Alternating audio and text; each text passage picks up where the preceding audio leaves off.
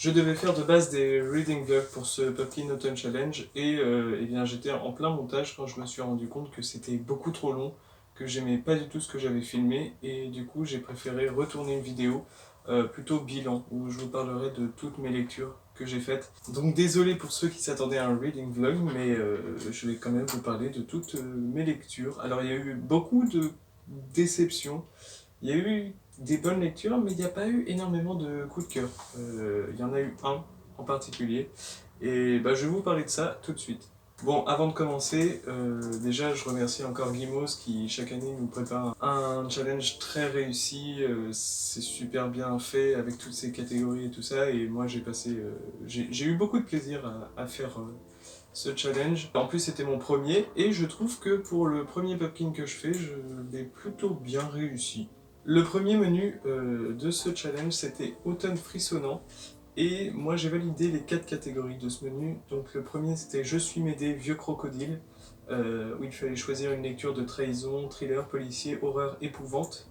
Et j'avais déjà choisi Fog de James Herbert. Je vais faire des résumés très courts, je m'en excuse par avance, mais ce qui m'importe plus, c'est de vous donner mon avis sur chacun des romans. Dans Fog, on va se situer dans un petit village en Angleterre.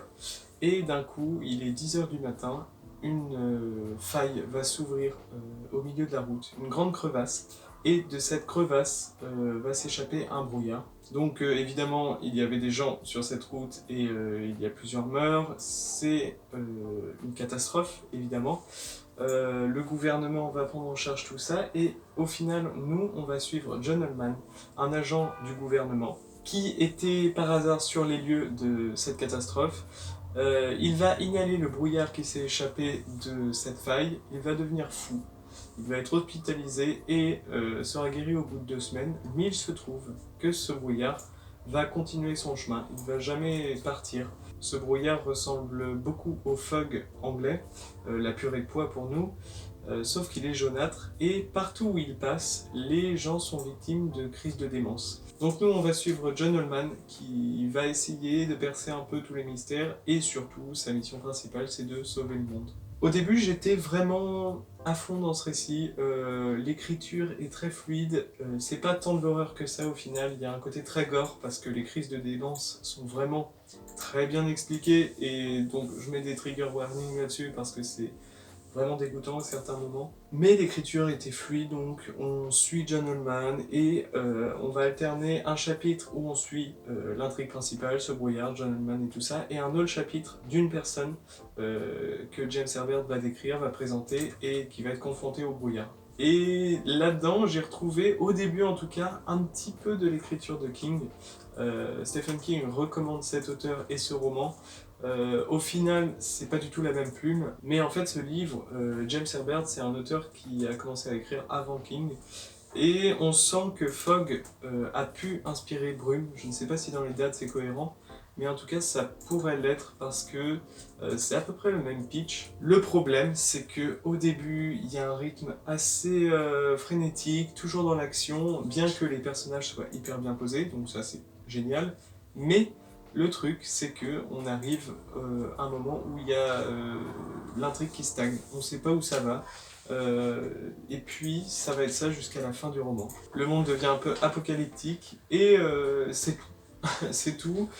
Ça m'a beaucoup déçu. La fin m'a énormément déçu. Et puis, le récit, j'ai eu l'impression qu'il faisait qu'une grande chute, comme ça. J'ai pas aimé la fin, et franchement, la deuxième moitié du récit, j'ai pas accroché. Donc c'est vraiment dommage, sachant qu'il y a beaucoup de bonnes choses dans ce récit, mais ça a été une lecture moyenne au final. Même si le début était prometteur, j'ai pas passé un- j'ai passé un bon moment, mais vraiment sans plus. Ça me donne plutôt envie de découvrir d'autres romans de l'auteur, mais je sais que ce sera que des lectures divertissantes. Je m'attends pas non plus à avoir des grosses claques, j'espère être surpris évidemment, mais là ça a été ça. Ça a été un roman qui s'est lu et là j'en ai presque oublié toute l'histoire tellement il m'a pas marqué. La deuxième sous-catégorie de ce menu, c'était les chimères de la Sylve Rouge. Donc là, on devait choisir un roman gothique qui parle de vampires, qui parle de créatures de la nuit, de ténèbres ou dans le genre macabre. Et moi, je me suis concentré sur l'aspect vampire et donc j'avais choisi Dracula de Bram Stoker. Un grand classique évidemment du fantastique que je n'avais pas lu. Et pour le coup, j'ai passé un bon moment. Avec le recul, ça a été une très bonne lecture. Je ne sais pas si j'ai besoin de vous résumer l'histoire, mais on va suivre au début de l'histoire, pendant les 100 premières pages, Jonathan Harker qui est non, pas journaliste, avocat. Pas avocat, je sais plus en fait. Il doit vendre des terres anglaises au comte Dracula. Donc il rejoint le comte Dracula dans son château. Le comte Dracula va recevoir Jonathan et Jonathan va se rendre compte que il y a des choses bizarres dans le château, le comte Dracula est un être surnaturel, et voilà, ça part de là. Et ensuite, on va basculer à Londres, où pendant les 500 ou 600 autres pages du récit, on va suivre un groupe d'amis qu'a Jonathan, un groupe d'amis qui s'est formé à cause des événements qui se sont passés dans les Carpates. Et voilà, donc Dracula, c'est un monument de la littérature fantastique, comme je disais, et franchement, ça vaut le coup d'être lu. Si vous aimez beaucoup l'imaginaire, toutes les littératures de l'imaginaire, les romans gothiques aussi, je vous conseille vraiment cette lecture. Dracula, il y a une grande part de gothique, et l'ambiance est comme ça d'un bout à l'autre du roman. Ça, j'ai énormément apprécié. J'ai énormément apprécié aussi les 100 premières pages du récit qui sont passionnantes, qui sont pleines de mystères. On découvre Dracula, on découvre Jonathan, et moi j'avais vraiment adoré. Le seul hic pour moi, c'est la fin qui vient trop rapidement, qui se résout véritablement en 10 pages. Et là, j'étais hyper déçu, évidemment. Ce qui est surtout dommage, c'est qu'il n'y a aucune charge émotionnelle à la fin. Le récit prend quand même le temps de s'installer en 600 pages. On a bien le temps de s'attacher au personnage, et on aimerait qu'il y ait une fin digne de ce nom. Malheureusement, je trouve que la fin passe vraiment trop vite. Et moi, ça m'a beaucoup déçu quand je suis arrivé à la fin du récit. Ce qu'il y a d'original et qui marche étonnamment bien, et qui est aussi, je trouve, un coup de maître de la part de Bram Stoker, c'est que ce roman est épistolaire. On va ne suivre qu'à travers des lettres ou des journaux intimes. Donc ça, c'est hyper bien fait parce que le récit est quand même fluide, même s'il y a des répétitions de descriptions, de détails, voilà. C'est nécessaire à l'intrigue parce que sinon on est perdu, évidemment. Et moi j'ai beaucoup aimé ce format, je trouve qu'il marchait vachement bien pour l'histoire en fait. Même la plume de Bram Stoker marche très bien, je trouve que c'est une plume très moderne. Et voilà, j'ai passé un très bon moment à lire ce récit. Ça reste un des classiques de la littérature que je préfère parce qu'il y a une ambiance, il y a c'est le début du fantastique en fait, on sent ça et ça marche vachement bien et moi j'ai beaucoup aimé au final. Il y a juste cette fin qui m'a déçu et du coup j'ai refermé le livre avec un petit goût amer dans la bouche, mais à part ça, c'était très bien.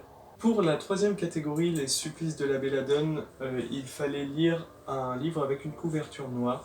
Donc moi j'ai lu Les Saints de glace de Richard Matheson. Alors je vous l'avais présenté dans ma vidéo présentation de ma palle, et c'est le premier roman de Richard Matheson.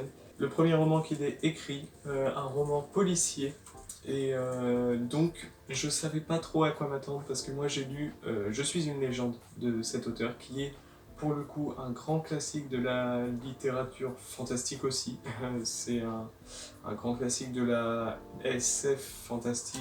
Je vous le recommande beaucoup d'ailleurs ce livre. Qui parle d'un homme qui doit survivre face à l'apocalypse. Il est seul, c'est le dernier homme. C'est un récit vraiment fantastique, surtout pour la fin qui m'avait bouleversé. J'avais adoré ce roman.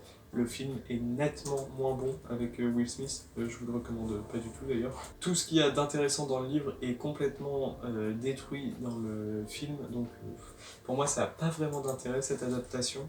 Elle est nulle. Exactement. Et pour ce qui est des Saints de glace, donc là on est dans une veine policier mystère. C'est le premier roman de Richard Matheson.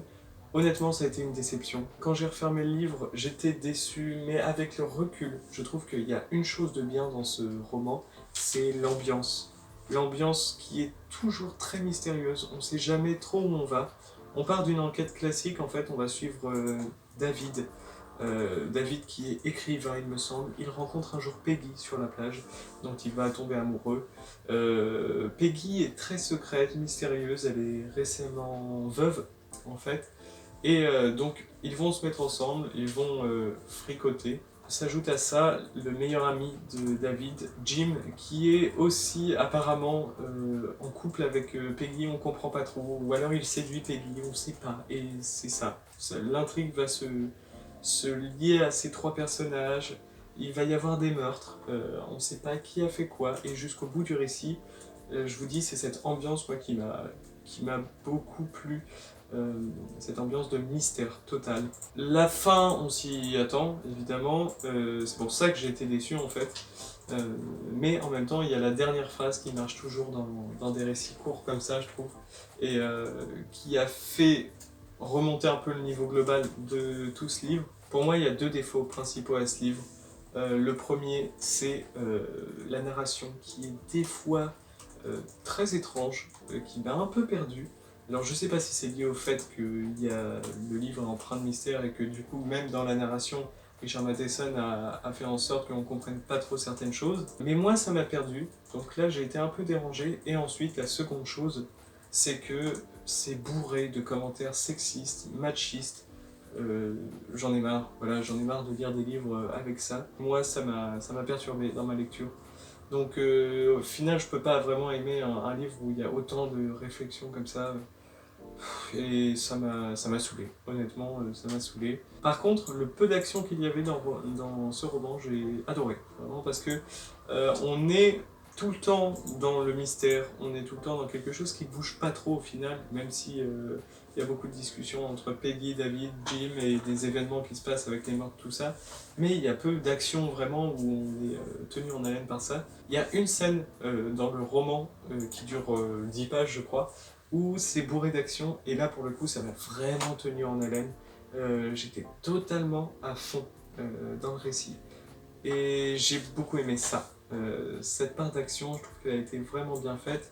Ça a malheureusement pas suffi pour rehausser le niveau entier du livre, mais moi j'ai beaucoup aimé. C'est une lecture très mitigée, même si au final j'ai plutôt bien aimé. Je peux pas l'aimer complètement malheureusement parce qu'il y a ces commentaires sexistes, et même si c'est un livre qui date, j'en ai trop marre de lire des romans comme ça, donc je peux pas l'adorer.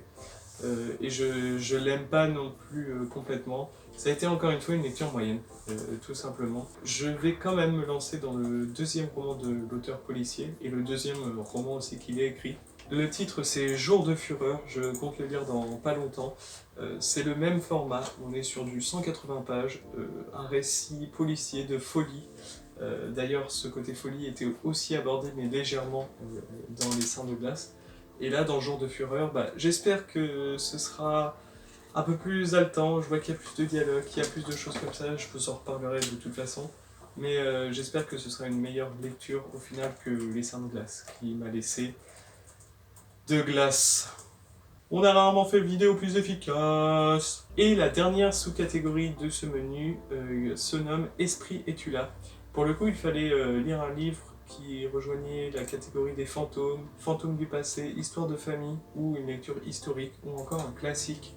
Moi, je me suis concentré sur les fantômes, et donc pour ça, j'ai choisi de lire La Maison hantée de Shirley Jackson. On suit trois personnes qui vont être appelées par un docteur. Ce docteur étudie les phénomènes paranormaux, et le docteur en question va inviter trois personnes pour mener une étude sur une maison qui semblerait hantée. Et donc il va les inviter dans cette maison, et ils vont tous passer un séjour de quelques semaines dedans pour que le docteur voit si les événements vont vraiment se passer ou pas. Et voilà, pour ce qui est du pitch, on va les suivre pendant moins de 300 pages, je crois, le récit est assez court. Mais on va les suivre dans cette maison. Et alors c'est un peu une lecture que je pourrais comparer au Tour d'écrou de Henry James. Dans ces deux romans en fait il y a une atmosphère très étrange où là pour le coup on sait vraiment pas ce qui se passe. Il y a plein d'événements qui arrivent et on ne sait pas si les gens sont fous, s'il y a vraiment des événements surnaturels, si c'est un autre élément, bref, on ne sait jamais ce qui se passe dans cette maison. Au niveau de la narration, c'est exactement pareil, on ne sait pas ce qui se passe, on comprend pas trop.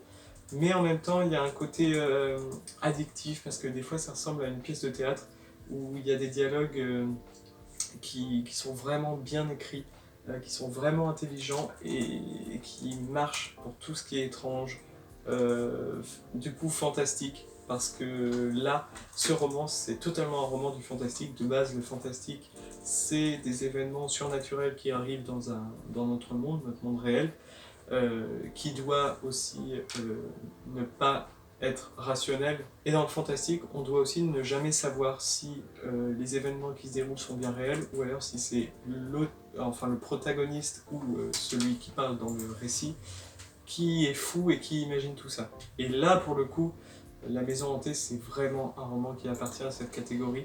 Encore une fois, si vous vous intéressez aux littératures de l'imaginaire, lisez-le. C'est un roman qui peut avoir plein d'interprétations différentes. Moi, j'en ai eu quelques-unes. J'ai vu qu'il y en avait je sais pas, des centaines. Il y a tellement de façons d'interpréter ce livre.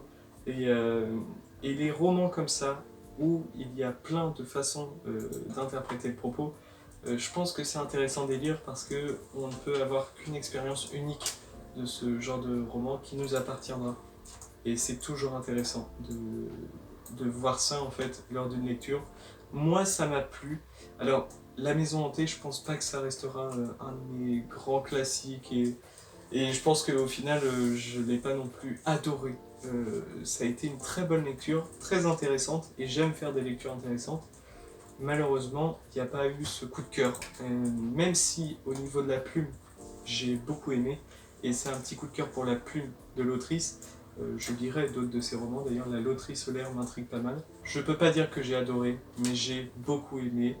Il y a toujours cette part de flou qui du coup, même dans mon sentiment envers ce livre, se transmet au final, et je sais pas trop comment j'aime ce livre, mais si vous cherchez un récit étrange où vous n'avez pas de réponse à la fin, un peu comme du réalisme magique au final, mais plus dans le fantastique et avec des événements vraiment qui se passent concrets ou pas, si on prend la folie du personnage en compte. Allez-y, vous pouvez lire La Maison Hantée, c'est vraiment une lecture intéressante. Et moi, elle m'a pas mal intrigué, c'est pas un coup de cœur, mais ça vaut le détour. On passe ensuite au deuxième menu de ce challenge qui était Automne, douceur de vivre. Et donc la première sous-catégorie c'était Il fait un temps épouvantail. Et pour le coup il fallait choisir une lecture d'Halloween qui parle d'automne ou de Et moi j'avais choisi Les Pommes d'Or du Soleil de Ray Bradbury. Ray Bradbury, il faut que je vous en reparle dans une vidéo, je le dis à chaque vidéo, mais c'est vraiment mon coup de cœur de 2020, un auteur que j'adore.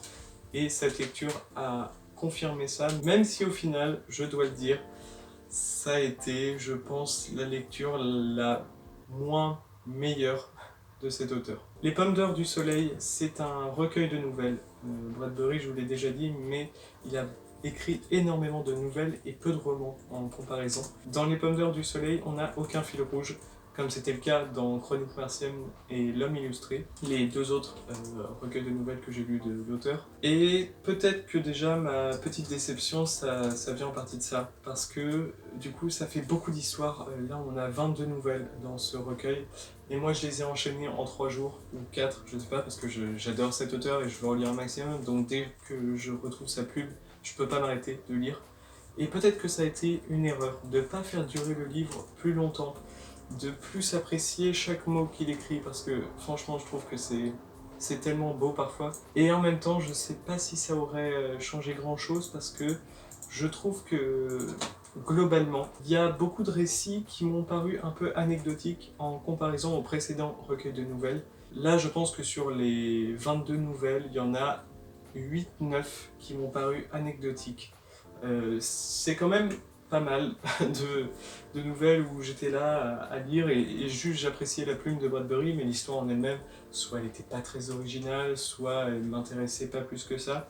Et des fois, j'ai même rien compris. Par exemple, la nouvelle En la Noche, j'ai pas compris. C'est un homme qui s'en va d'une pension, un homme mexicain qui rentre chez lui parce que ses papiers ne sont plus valables. Et c'est tout. Il y a beaucoup de poésie, c'est beau, ok, mais j'ai pas trop compris l'intérêt plus général de cette nouvelle. Et sur ces 8-9 nouvelles, ça a souvent été le cas. Je comprenais pas en gros où ça voulait aller, ou alors qu'est-ce que ça voulait délivrer comme message. Bref, je comprenais pas la portée du récit. Les deux précédents recueils de nouvelles que j'ai lus de Bradbury avaient souvent ce cadre SF poétique, donc pas très SF au final, mais plus utilisant le cadre de l'espace, des planètes, du voyage interstellaire pour mettre en place des histoires plus humaines, centrées sur la nature humaine plutôt. Et là, pour le coup, il y a moins de ça, déjà, donc j'ai été aussi un petit peu déstabilisé pour ça, parce que si je me souviens bien, il n'y a que la dernière nouvelle, Les Pommes d'Or du Soleil, qui parle un peu de ça, de SF. Et à part ça, en fait, on a beaucoup d'autres sujets qui sont utilisés. Le fantastique, il y en a beaucoup, juste des récits fantastiques avec souvent des sorcières ou de la magie ou alors aussi le voyage dans le temps. Je pense notamment à la nouvelle Un coup de tonnerre qui est excellente. On va suivre des chasseurs qui vont aller dans le passé pour aller chasser un dinosaure. Et ça marche très bien. C'est une nouvelle que j'ai beaucoup aimée. On a aussi une nouvelle policière, donc c'est la première que je lisais de Bradbury, Les fruits au fond de la coupe, et ça a très bien marché. Bradbury utilise plus le côté humoristique de son écriture, et c'était vraiment très sympa. Je pense que c'est une des découvertes que j'ai le plus aimé, et je sais que Bradbury a écrit plein de nouvelles policières. Je vous en ai montré dans mon précédent book haul, où je vous montrais un recueil de nouvelles uniquement policières de lui, donc j'ai hâte de découvrir d'autres nouvelles qui abordent cette thématique. Et après, il y a toujours ces textes, comme par exemple Les Noirs contre les Blancs. C'est une nouvelle qui juste délivre un beau message émouvant, c'est juste humain quoi. Il y a des nouvelles comme ça où Bradbury décide juste de nous emporter par les émotions et en posant des problématiques qui sont toujours actuelles ou alors qui jouent beaucoup sur l'enfance. Et en fait, toutes ces nouvelles, je trouve qu'elles ont au final un fil rouge. J'y ai beaucoup pensé en refermant ce livre et je trouve que ce qu'on peut retrouver à travers tous ces textes, c'est une certaine nostalgie. La nostalgie de l'enfance, la nostalgie du départ, la nostalgie de quelque chose que l'on n'a pas ou qu'on a perdu. Et ça fait que c'est très doux. Beaucoup des nouvelles sont très douces et pas beaucoup gore ou dans l'action comme on a pu avoir dans les deux précédents que j'ai lus. Mais par contre, on sort souvent de ces lectures un peu tristes et un peu ouais, ému. Et voilà, donc ce livre, au final, bah, je l'ai beaucoup aimé, même si voilà, c'est le moins bon des quatre que j'ai lus de l'auteur. Tout de même, ça reste mon auteur favori pour l'instant. Son écriture marche totalement sur moi. Je vous recommande évidemment de commencer par exemple Les Pommes d'Or du Soleil. Ça peut être une belle entrée en matière, sans découvrir un des grands classiques. Ça peut vous faire découvrir une facette plus, je sais pas, plus émotionnelle de Bradbury. Pour moi, ça a été une très bonne lecture. Pas la meilleure, et je suis pas non plus ressorti de ce livre en me disant waouh, c'était génial, mais voilà, il y a vraiment des nouvelles qui sont excellentes et j'ai hâte de découvrir évidemment plus de romans et de recueils de nouvelles de cet auteur. La deuxième sous-catégorie de ce menu, c'est siroter un chocolat chaud à la cannelle sous les saules. Là, il fallait choisir un roman qui parlait d'anthropomorphisme, d'enfance ou une lecture feel-good, cocooning. Moi, j'ai choisi la lecture feel-good en me référant à un auteur que j'ai adoré lire dans mon enfance aussi, c'est Stephen King, sauf que je n'ai plus de livre à lire de cet auteur, et donc je me suis dirigé vers un livre qui apparemment y ressemblait, selon certaines critiques, et ce livre c'est L'ami imaginaire de Stephen Chbosky. Ça a été Une excellente lecture. L'ami imaginaire, c'est l'histoire d'un petit garçon, Christopher, qui avec sa mère sont très pauvres. Ils essayent de s'en sortir dans la vie. Sa mère sort d'une relation très toxique d'un mari qui la battait. Et donc avec Christopher, ils vont essayer de s'en sortir. Ils vont s'arrêter dans une petite ville dont j'ai oublié le nom. Et ils vont s'y installer. Et au bout d'un moment, Christopher va disparaître. Il va disparaître pendant 6 jours dans la forêt. Et à un moment, il va réémerger comme ça. Et quand on lui demande comment il s'en est sorti, il répond « c'est grâce au gentil monsieur ».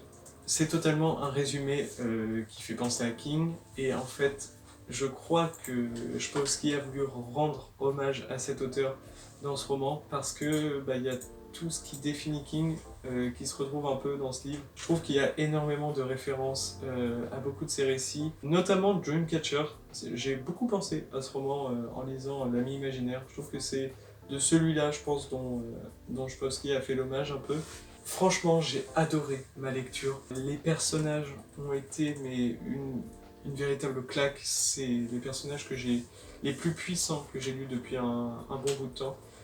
J'ai tout adoré dans ce roman, la part de fantastique aussi, même si elle devient plus présente dans les 200 dernières pages, et ces 200 dernières pages ont fait que ça n'a pas été un coup de cœur, parce que en fait le rythme va se ralentir, on va aller plus dans le magique, l'imaginaire, ça va pas être hyper rapide ces 200 dernières pages. J'ai quand même beaucoup aimé. Et donc il y a les personnages qui sont hyper puissants, il y a la mise en place de la petite ville, comme chez King, où on a plein de personnages qu'on découvre, qu'on rencontre, auxquels on s'attache, qui vont jouer un rôle important dans la suite du récit. Il y a des événements, il y a des scènes qui m'ont marqué, qui m'ont profondément ému. Des fois j'étais pas bien parce que il y avait une scène qui m'avait troublé et j'ai été captivé par l'ensemble de ce récit, par tout le côté fantastique, la critique de ce dont on parle dans le livre, je peux pas vous le dire sinon c'est un énorme spoil. Et ouais, on retrouve vraiment un imaginaire et tout ce qui fait l'univers de King peut se retrouver dans ce roman. J'aimerais bien lire vraiment la plume de Sapkowski, savoir ce dont il est capable dans un roman. Pour ça, je dirais d'ailleurs son premier roman, Le Monde selon Charlie, qui a l'air vachement différent en plus. Mais là, pour le coup, c'est un hommage, c'est un roman hommage à King. D'ailleurs, je crois que l'auteur le dit lui-même, et ça se sent. Pour moi, ça a complètement fonctionné parce que l'hommage marche très bien, et tout ce qui fait la force de l'écriture de King, Sapkowski a essayé de replacer dans son roman, et ça marche jusqu'à un certain point. Je vous dis, les 200 dernières pages sont assez lentes, il y a beaucoup de longueur, et même ça, on peut faire des comparaisons avec King. Ça a été une belle claque tout de même. Je me souviendrai de ce livre, et honnêtement, je sais pas si un jour, je pense peut-être que je le relirai. Parce que c'était génial, et peut-être pour aussi faire la comparaison avec le premier roman de l'auteur, et voir en quoi on retrouve son écriture, parce que là, pour le coup, je sais pas vraiment ce qui définit son écriture, et c'est pour ça que je vais plus me diriger vers son premier roman pour le découvrir vraiment. Mais en tout cas, sur L'ami imaginaire, j'ai passé un super moment. Il est assez épais, il fait quand même 700 pages, et moi je les ai pas vraiment sentis passer, j'ai dévoré le livre en 3 jours. Je pense que ça a été ma meilleure lecture du challenge, je vous le recommande à 100%. Beaucoup de gens aiment pas ces 200 dernières pages, et on peut vite être un peu submergé par tout le côté fantastique qui est hyper présent. Mais moi ça a totalement marché, ça a été une grosse claque, et franchement j'ai adoré. J'ai adoré et je vous le recommande.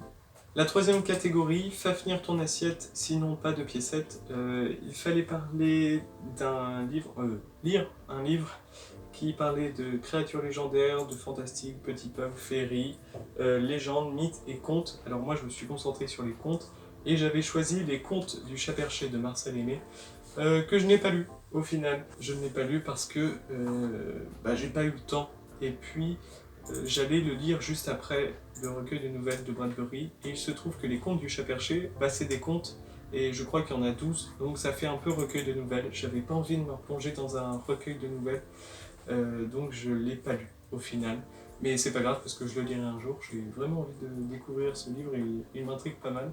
Par contre, pour la quatrième catégorie, A Window to the Past, il fallait lire un livre qui parlait de sorcières, de sorciers, ou SFFF, ou encore qui parlait de magie. Moi, je me suis concentré sur la SF, et j'ai voulu découvrir un auteur, Philippe Cadic, avec Le Maître du Haut Château. Ce livre est hyper compliqué à résumer. On va suivre un futur dystopique, un petit peu, ou plutôt uchronique, parce qu'en fait, dans ce monde, en 1945, ce ne sont pas les Alliés qui ont gagné la guerre. Donc du coup, le parti nazi s'est établi dans tout le monde, et on va suivre un collectionneur d'art à New York. On va suivre aussi deux autres personnes qui vont essayer de faire de la contrebande d'art, et un dirigeant japonais, enfin, c'est très compliqué. On va suivre ces trois parties dans l'histoire qui vont se rejoindre à un moment ou se croiser. Alors déjà, l'écriture de Philippe Cadic est assez compliquée, surtout dans ce roman, parce qu'on va se concentrer beaucoup sur l'aspect dystopique et uchronique de ce livre. Donc on sent que l'auteur s'est carrément renseigné, a beaucoup bossé sur le sujet, et tout ce qu'il dit est cohérent, logique, mais par contre des fois on est un peu submergé par les informations qu'il y a. Si vous êtes pas hyper calé sur la Seconde Guerre mondiale, ça peut vite devenir compliqué comme lecture. Moi j'ai été perdu à de nombreux moments dans le récit parce que il y a un surplus d'informations et j'ai pas réussi à tout digérer, et j'ai même pas compris certaines choses. Il y a beaucoup de prénoms aussi en allemand qui sont compliqués à retenir, à suivre. À partir de la moitié du roman, on va commencer à introduire d'autres personnages encore, et du coup on a un peu un surplus d'informations des fois, donc c'est déstabilisant dans la lecture. Dans ce monde du chronique, il y a aussi un livre dont on parle et qu'il faut éviter d'aborder le sujet auprès des nazis, c'est Le Poids de la Sauterelle. C'est un livre qui raconte en fait l'histoire si les Alliés avaient gagné la guerre. On va un peu suivre tout ça, il y a plein d'intrigues qui vont se mettre en place. Il y a des intrigues qui n'ont rien à voir avec le sujet principal un peu du récit. On va se concentrer beaucoup sur les bijoux aussi, sur la fabrication des bijoux, la contrebande de bijoux, et j'ai pas vraiment compris l'intérêt de ça jusqu'au bout du récit, d'avoir intégré un élément qui a aucun lien avec l'intrigue principale, qui apporte rien, et puis je comprenais pas en fait. Quand j'ai refermé le livre, même avec la fin qu'on nous donne, qui explique certaines choses et qui laisse en suspens d'autres, bah j'étais dans le flou. Honnêtement, quand on referme ce livre, je pense qu'on ne peut pas être autrement que dans le flou. Par chance, moi, j'avais dans mon édition une postface qui expliquait un peu les conditions dans lesquelles Philippe Cadic a écrit ce livre, quel thème il reprenait souvent dans ses romans, qu'est-ce qui change ici, en quoi ce livre est intéressant. Et en fait, lorsqu'on lit ça, lorsqu'on comprend tout ce qu'a voulu faire l'auteur, tout ce qu'il a essayé de faire, comment il a écrit ce livre, là je trouve que ça devient hyper intéressant. Et c'est ce qui fait que ce roman est génial. En fait, il n'est pas génial dans le fond, parce que le fond, on comprend rien, on est largué, moi j'ai été largué, j'ai pas compris certains trucs. Il y a quand même des passages qui sont super bien faits, avec de l'action, mais on comprend pas où sont les enjeux. Il y a un passage où on se dit wow, on part dans quoi là, c'est un peu barré des fois.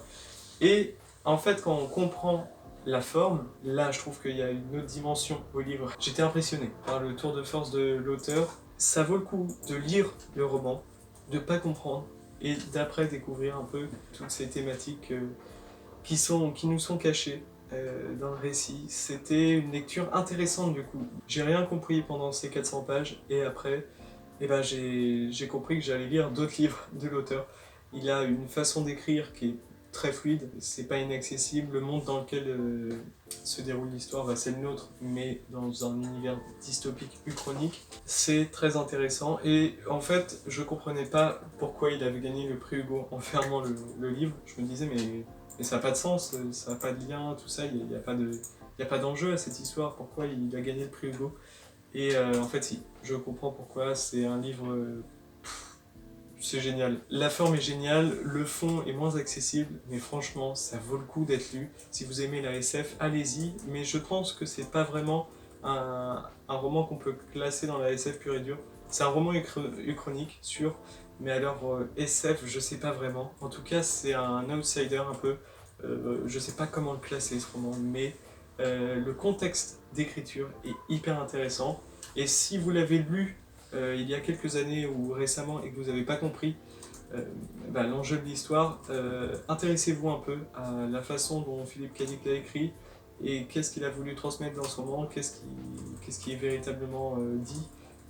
C'est hyper intéressant et du coup c'était une lecture géniale. J'ai adoré et j'en lirai d'autres de l'auteur évidemment. Et là on arrive dans le menu où je n'ai pas lu tant de livres que ça. Le menu c'est Automne des Enchantresses. Et donc là, c'est un menu qui est plus centré sur la femme. Malheureusement, je n'ai pas lu La Servante écarlate de Margaret Atwood que je vous avais présenté, qui rentrait dans la catégorie Les écailles de Mélusine. Et je n'ai pas lu non plus Le Livre de M de Ben Shepherd. Et pour le coup, je suis vraiment déçu parce que c'était un livre qui me faisait très très envie, mais je le lirai de toute façon. Et lui rentrait dans la catégorie Nausicaa de La Vallée du Vent. En revanche, j'ai lu deux autres livres. Je vous avais montré Wilder Girls de Rory Power, qui était dans la sous-catégorie Les rêves d'horreur. Donc on devait choisir un roman qui parlait de LGBT, de militantisme. Dans Wilder Girls, j'arrive jamais à dire ce titre, on va suivre un groupe de filles qui est dans un pensionnat. Ce groupe de filles est là depuis plusieurs années et en fait ils sont sur une petite île, l'île de Raxter, qui est une île éloignée du continent, et ils sont en quarantaine. Ils sont en quarantaine car ils ont une maladie, la tox, qui fait qu'ils ont des excroissances qui sortent de leur peau, des transformations physiques un peu bizarres, et au fur et à mesure que ces transformations se font sur leur corps, elles s'approchent de la mort, et souvent beaucoup de ces filles meurent en fait. Nous, on va se concentrer sur un trio d'amis, Bayat, Reese et Etty, qui vont être amenés à percer certains mystères. Alors ce récit, c'est un récit young adulte, c'est plus axé aux adolescents je pense. Je dis ça parce qu'en fait, dans la narration, on s'attardait beaucoup sur Etty, qui est le personnage principal, et on s'attardait beaucoup sur ses émotions, ce qu'elle ressentait, ce qu'elle pensait. Et du coup, ces passages-là ont été assez longs et ennuyeux parce que on est presque tout le temps dans l'action dans ce roman-là. Mais le problème, c'est que c'est entrecoupé de ça, de réflexions amoureuses un peu... j'ai pas envie de dire pas intéressantes parce que c'est intéressant, mais c'est pas très bien amené. Et dans ces moments-là, je me suis pas mal ennuyé. En revanche, il y a quand même le côté gore et horreur de ces excroissances, des meurtres du coup qui sont faits sur cette île. Il y a beaucoup de gore dans ce récit et je trouve que c'est assez présent dans un roman young adult, ça m'a un peu étonné. D'ailleurs, je mets quand même des trigger warnings. Je suis ridicule. Sur certains passages qui peuvent être quand même choquants, même pour des enfants, je trouve. C'est un peu chaud. Mais moi j'aimais bien du coup, parce que ça remettait dans un contexte un peu plus original. Il y a beaucoup d'action, donc le livre est bourré de mystères en fait. On ne sait pas qu'est-ce qui se trame sur l'île de Rester, on ne sait pas qu'est-ce qui est vraiment la tox. Au début du récit, pendant les 100 premières pages, il y a plein de mystères qui sont posés comme ça, et moi j'ai beaucoup aimé. Malheureusement, à la fin, les mystères, ils sont tous éludés en quelques pages. En une phrase, d'ailleurs la tox principalement est... ce mystère-là est résolu en une phrase, et franchement ça m'a pas convaincu, même si ça aborde un thème qui est important évidemment à aborder. Non, ça l'a pas fait pour moi. J'ai pas trop aimé la façon dont le récit était agencé aussi. J'ai pas compris, il y a des moments où ça me semblait très long pour pas grand chose, et à un moment ça s'accélère et puis on ne comprend plus rien parce qu'il y a trop d'infos à la seconde. Et en plus de tout ça, la fin est terriblement frustrante parce que on ne s'arrête pas vraiment sur quelque chose de définitif. On sent que ça pourrait mener vers un tome 2 et que là ça pourrait n'être que un tome 1. Le problème c'est qu'il y a presque tout qui est résolu en termes de mystère, et il n'y a pas assez de matière pour faire un tome 2 juste. Donc du coup c'est la fin d'un one-shot qui est mais terriblement frustrante et qui ne... Je sais pas, ça m'a pas plu du tout. Ça m'a déçu et j'ai refermé le livre en me disant que j'avais pas aimé au final. Il y a un truc qui est génial par contre dans ce roman, c'est que ça met totalement la femme en valeur. Parce qu'on suit que des femmes, des filles surtout, des adolescentes de 13 à 21 ans. Et évidemment, il y a des relations homosexuelles qui vont se créer, des relations un petit peu bi aussi. Ça, j'ai beaucoup aimé. Et c'est toujours génial de retrouver ça dans un livre. Mais ça suffit pas, malheureusement. J'ai rarement été beaucoup tenu en haleine par le récit. Je trouvais qu'il n'y avait pas beaucoup d'impact au final. Donc, j'ai pas vraiment aimé Wilder Girls. Je m'en souviendrai pas longtemps, d'ailleurs, de ce livre. Et honnêtement, je vous le recommande si vous êtes intéressé par la littérature young adulte et que vous voulez quelque chose de différent.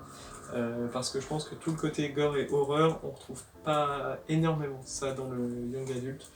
Et là, ça peut être bien de se diriger vers des récits comme ça si vous en lisez beaucoup.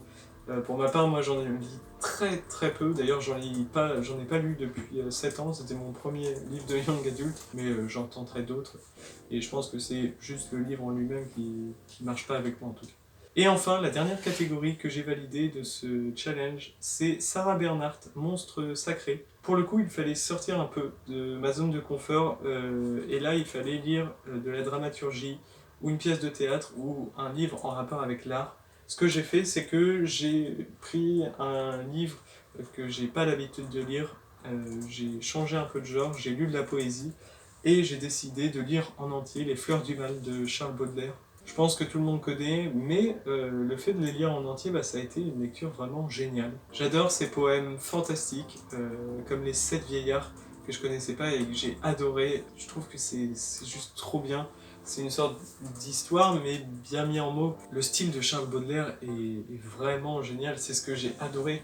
Même sur les poèmes que j'ai pas vraiment compris, parce que j'avais pas les métaphores, tout ça, j'adorais le style de Baudelaire. Il a une façon très pessimiste, très noire, très sombre de décrire les choses, parfois très ironique, et des fois il y a des poèmes juste magnifiques, qui sont du coup hyper accessibles. Vu que je suis pas un grand lecteur de poésie, on peut voir ça du coup que c'est accessible parce que moi ça m'a totalement plu alors que j'en lis presque pas. Je m'attendais pas à une aussi grosse claque avec ce recueil de poèmes et franchement je suis content de l'avoir lu parce que je savais pas que j'allais passer à côté de quelque chose d'aussi bien. Franchement je le relirai. Il y a certains poèmes que j'ai notés, que je garderai comme ça a été une très bonne lecture. Et je m'y attendais pas du tout, donc c'est ça qui a marché en fait. Voilà, si vous avez envie de vous lancer dans de la poésie, que vous en avez jamais lu, que vous aimez pas, que vous avez peur, ou des choses comme ça, je vous conseille vraiment Les Fleurs du Mal de Charles Baudelaire. Je suis le mieux placé pour en parler parce que je lis pas de poésie plus que ça, mais avec cette lecture en plus, ça m'a vraiment donné envie de découvrir déjà plus d'auteurs classiques de poésie. Et le Pumpkin Autumn Challenge m'a permis ça. C'est une lecture que je pensais pas faire, c'est une des dernières que je pensais faire. Ouais, c'est une de mes préférées de tout ce challenge, donc je suis plutôt content. Et voilà, c'en est tout de cette vidéo bilan. Donc je vous avais dit que je devais faire un reading vlog, mais au final je me suis dit que ça allait être trop long, trop ennuyeux. Et puis il n'y avait pas vraiment de beaux plans, bref. Ça me satisfaisait pas et j'avais pas envie de mettre ça en ligne, donc je préfère faire un bilan qui me convient mieux. Je passe vite sur certains romans que j'ai moins aimés, je donne des avis plus concis, je préfère ça en fait. Et je suis vraiment content de ce challenge, je le referai les prochaines années parce que c'est toujours sympa de mettre des livres dans sa page, enfin de mettre des livres dans une catégorie, je trouve ça génial. Et puis ça fait ressortir aussi de vieux bouquins de la palle ou alors des livres qu'on n'aurait pas pensé lire tout de suite. Je trouve ça vraiment pratique. Je ne fais pas le Cold Winter Challenge parce que j'ai envie de me lancer dans d'autres lectures sans contrainte cette fois. Je suis notamment en train de lire Hyperion et wow. De toute façon, j'en reparlerai dans une prochaine vidéo. J'espère que ce bilan vous a plu. N'hésitez pas à vous abonner, n'hésitez pas à me laisser surtout des commentaires, savoir ce que vous avez lu, si votre challenge s'est bien passé. Je remercie encore Gimos pour ce qu'elle nous prépare chaque année et c'est la première fois que j'ai participé et je suis vraiment content de l'avoir fait. On se retrouve dans une prochaine vidéo. Sur ce, prenez soin de vous, faites de belles lectures, faites de belles rencontres, vivez votre meilleure vie et c'est tout pour moi. Ciao!